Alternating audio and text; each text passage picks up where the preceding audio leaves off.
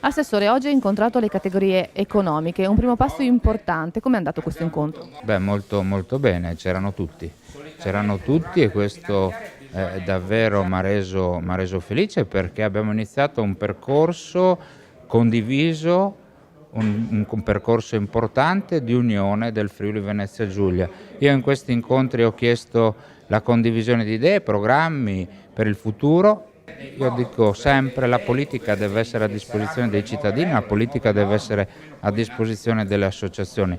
In questo caso ho voluto raccogliere istanze per poter scrivere assieme le nuove regole che dovranno caratterizzare l'economia della nostra regione.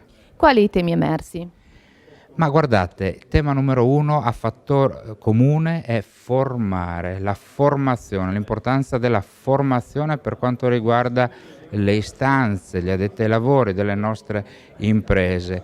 Tema numero due, riqualificazione delle strutture ricettive della nostra regione, poi burocrazia, poi rivitalizzare i centri storici, insomma tutti temi che a me stanno assolutamente a cuore. Mi ha fatto piacere vedere che è un desiderata condiviso un po' da tutti.